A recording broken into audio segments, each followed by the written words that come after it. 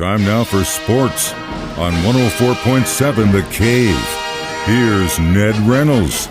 Mike, the intern, Ned Reynolds, in the studio on a Thursday morning. I hate to do it to you twice, Ned, but we got to start off our conversation with bad news again. Well, in this case, it's of the individual's own doing. It's his stupidity that has gained for him the somewhat less than positive notoriety of being banned from his profession. Now think about this. This is John Tay Porter. Played his college basketball at Mizzou. Conzo Martin was his coach, 2017 to 2019. A good player, not a great player, but did get to the NBA with the Toronto Raptors.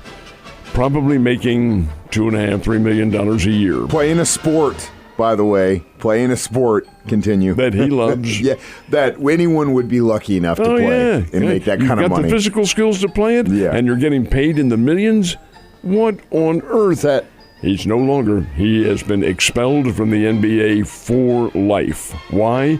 Well, he was colluding with gamblers. What he was doing, he was giving inside information. This has all been discovered within the past month and a half. Giving inside information to the gamblers, limiting his own capabilities. Now, they weren't great. He's averaging 4.5 points a game, but agreeing to limit what he did, I should say, so that the team would finish below the point spread and so forth and so on. This is all a violation of the ethics of professional athletics.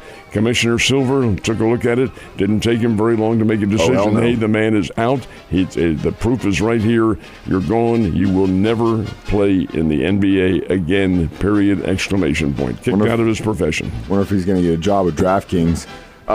It also makes you wonder if he's the only one in this sport or other sports. Probably not the only one being investigated, but the only one who has been caught at the moment. Now, there have been others who've been expelled from the NBA. O.J. Mayo, who was a terrific All-American at Southern Cal and played in the NBA, was also found, this is a number of years ago, also found back in the early 2000s to be colluding with gamblers. You can't do it. And it's right there. The sign says, just like Pete Rose, you can't thumb your nose at something. You better be thankful you're in that profession. Again, it's a stupid situation. So speaking of that, while we wait to see what happens with Rashee Rice and the legal system, it was nice to see that he is in Texas working with Patrick Mahomes.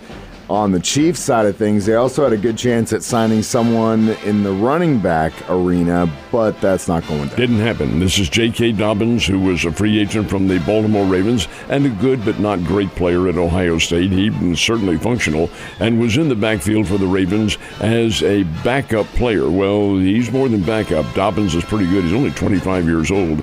But he became a free agent. Chiefs thought they had a chance to sign him, and that thought is past now. They did not sign him. Instead, he is going to the Los Angeles Chargers, where Dobbins' brother, the coach for whom he played at Ohio State, his brother is now the coach of the Chargers, and you know about whom we're talking. Anyway, the fact of the matter remains that J.K. Dobbins out of the running now of being at Chiefs. It is only a one-year contract, however. And the Rashee Rice case remains to be, well, it's still in limbo in terms of what the punitive circumstances are going to be, but I think, Mike, they're going to be extensive. I don't want to talk about it. It just makes me angry. 1 week after the Masters, we actually got more golf this weekend. Oh, yeah. It goes right on through for the rest of the season. This is the RBC Heritage Classic at Hilton Head, South Carolina. Traditionally, it always does follow the Masters, and traditionally, many of the big names sit this one out because it follows one of the major events. However, that is not the case this time. All the big names, including Masters champion Scottie Scheffler, are in to the Heritage Classic. Why? Because the prize money, folks, is $20 million.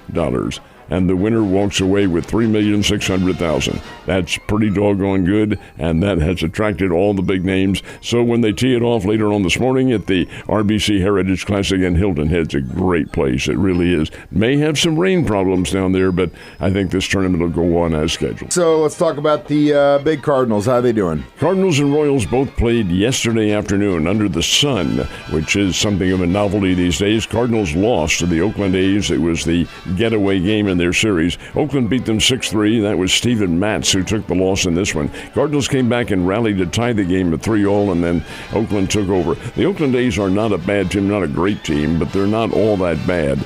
and the Cardinals fell to them. The Cardinals are now 9-10 on the year, and they return home this weekend, starting tomorrow. Have today off, but starting tomorrow to face the division rival Milwaukee Brewers. The Royals win over the Chicago White Sox 4-2, and Kansas City is now 12-6 on the season. They're playing really well, folks. I know it's early, and I know a lot of things happen, but in the past years, while the Royals have had great spring trainings, they've fallen on their derrieres at the start of the year. They are not this year. They're playing very well. They come home and host one of the colossus of baseball, the Baltimore Orioles, and that will be starting tomorrow night up at Kauffman Stadium. But a win for Kansas City, 4-2, and the Royals have 12 wins on the year.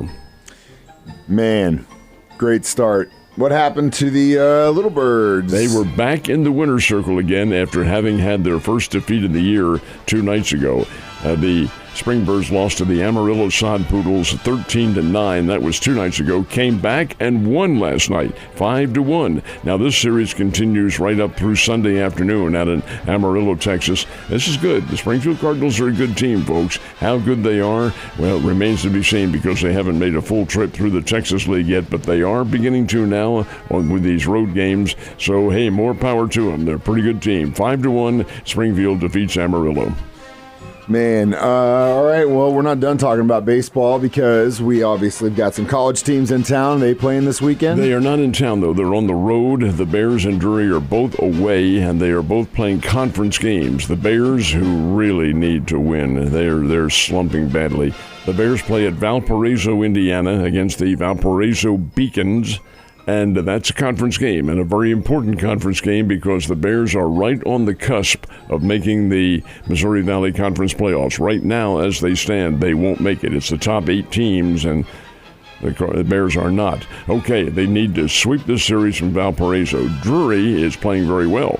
They're very much in the hunt in the Great Lakes Valley Conference, and they go on the road to Kansas City to play Rockhurst for the second time this year. Drury is a good team. Scott Nasby's done a great job with this team. Hey, more power to both these ball clubs, and let's hope we get some wins this weekend. Absolutely, Ned. I hope you get a win today, and I will see you mañana.